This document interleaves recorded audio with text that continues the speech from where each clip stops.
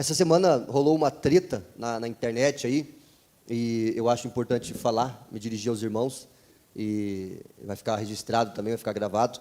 O pastor André Valadão respondeu uma caixinha de perguntas no seu Instagram acerca da Igreja Adventista do Sétimo Dia. E ele disse que a Igreja Adventista do Sétimo Dia é uma seita.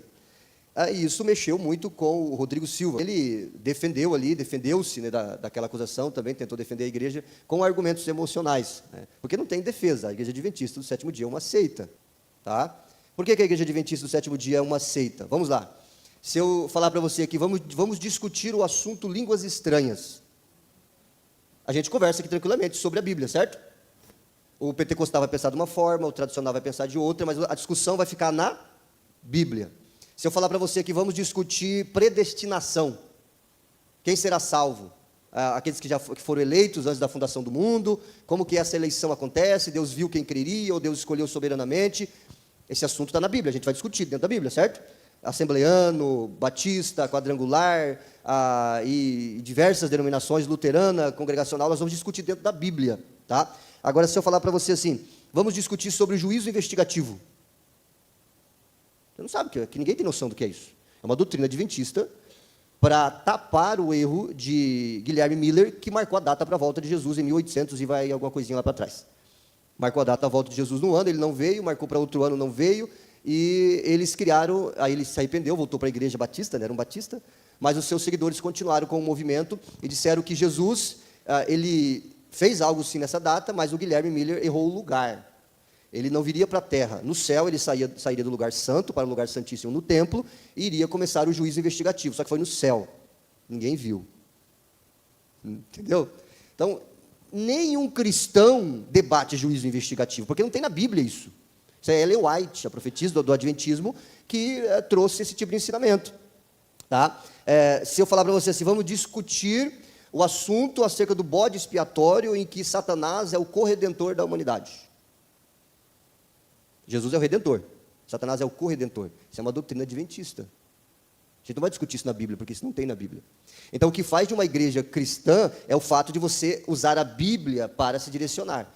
Todas as religiões pseudo-cristãs, elas usam apêndices, usam livros para ajudar a entender a Bíblia. O Adventismo vai usar os escritos de Ellen White, o Mormonismo vai usar os escritos de Joseph Smith, os Testemunhos de Jeová vão usar os escritos de Charles Taze Russell e o Rutherford também. Ou seja, por isso são seitas, porque eles não têm a Bíblia como única regra de fé e prática.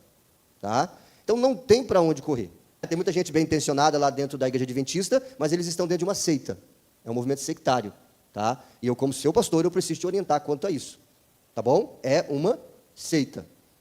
Mas não julgueis. Então a gente não vai julgar, não vamos julgar, ninguém julga mais nada, tá? Quando se você for numa loja comprar uma roupa, você não pode julgar entre uma e outra, entre uma loja e outra, entre um carro e outro, entre o que você come e o que você não come. Isso é julgamento. Nós devemos julgar, nós vivemos julgando, só que devemos julgar segundo a reta justiça. Isso é vermelho, isso é azul, isso é bom, isso é ruim, isso é bíblico, isso não é bíblico, isso é julgamento. Não adianta vir com essa conversa de não julgueis, a gente tem que amar. Jesus julgou, ele chamou a galera lá de filhos do diabo. Vocês são filhos de Satanás, o diabo é o pai de vocês. Isso não é julgar? É julgar. Jesus pegou o chicote, o azorrague e deu no couro dos cambistas que estavam vendendo animais na porta do templo. Isso não é julgar? Então podemos julgar entre certo e errado. Agora, julgamento hipócrita, não. Eu estou sujo e vou falar do mal lavado? Aí é julgamento que a Bíblia condena. Ok? Então, meus irmãos, não sigam mensagens bonitinhas, tá? Deus é amor, o importante é não julgar, a gente tem que se amar. Tudo isso tem a sua verdade. Mas, dependendo do contexto, é só para levar a gente para o engano, tá bom? Então, cuidado com isso. Se você está ouvindo isso pela primeira vez, pesquise, assista lá o que eles falaram sobre o assunto, né, e o bicho está pegando e o debate está correndo na internet. Se um cego guia outro cego, ambos cairão no buraco. Né? Uma história do rapaz que não enxergava, estava atravessando a rua, tentando pegar alguém para ajudar ele, aí alguém pegou na mão dele e eles atravessaram a rua. Do outro lado, ele agradeceu o cara. Aí o cara disse, não, eu que te agradeço. Né? Os dois eram cegos, né? Atravessaram a rua. Então, você imagina o perigo? Então, cuidado. Eu preciso falar isso aqui. Abra sua Bíblia em Romanos 14, porque alguns vão dizer assim, julgam o adventismo só porque guardam o sábado. Não é por isso, gente. Tem batista do sétimo dia, sabia disso? Se você quiser guardar o sábado, você pode guardar o sábado. Tem Assembleia de Deus do sétimo dia, você pode guardar o sábado, não tem problema nenhum. O que você não pode fazer é dizer que quem não guarda o sábado vai para o inferno. Isso você não pode fazer, porque a salvação é pela fé. Agora olha só o que Paulo diz aqui em Romanos 14, a partir do versículo 5. Acharam? Nós vamos chegar nesse ponto, vamos estudar esse ponto. Mas hoje é o capítulo 12, tá? Mas aqui vamos ler só para você entender. Da mesma forma, há quem considere um dia mais sagrado que o outro. Ou seja, tem gente que guarda o sábado. Enquanto outros acreditam que todos os dias são iguais. Tem gente que não guarda o sábado. Cada um deve estar plenamente convicto do que faz, ponto. Ninguém é melhor do que ninguém. Deu para entender? Está na Bíblia. Agora, 6. Quem adora a Deus num dia especial, o faz para honrá-lo. Você guarda o sábado? Amém. Você faz para honrar a Deus. Quem come qualquer tipo de alimento, também o faz para honrar o Senhor. Eu como carne de porco. Ok, eu como tudo para honrar o Senhor, uma vez que dá graças a Deus antes de comer. E quem se recusa a comer certos alimentos, deseja igualmente agradar ao Senhor. Não como carne de porco, ok, não tem problema nenhum. Não como camarão, o problema é seu. Não tem problema nenhum. Não tomo café, o problema é seu. O que você não pode dizer é que quem toma café vai para o inferno. Você entendeu? Esse que é o negócio. Aí continua.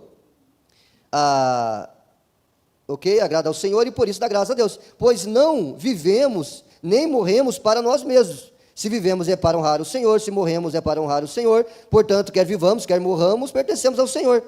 Por isso Cristo morreu e ressuscitou para ser o Senhor tanto dos vivos como dos mortos. Então, por que você julga o seu irmão, no caso do come, não come, guarda, não guarda?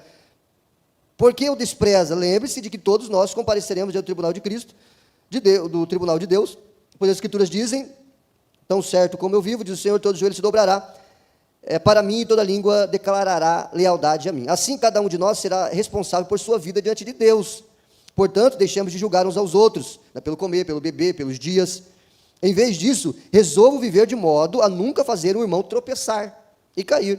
Eu sei, estou convencido, com base na autoridade do Senhor Jesus, que nenhum alimento por si só é impuro. Não tem alimento impuro.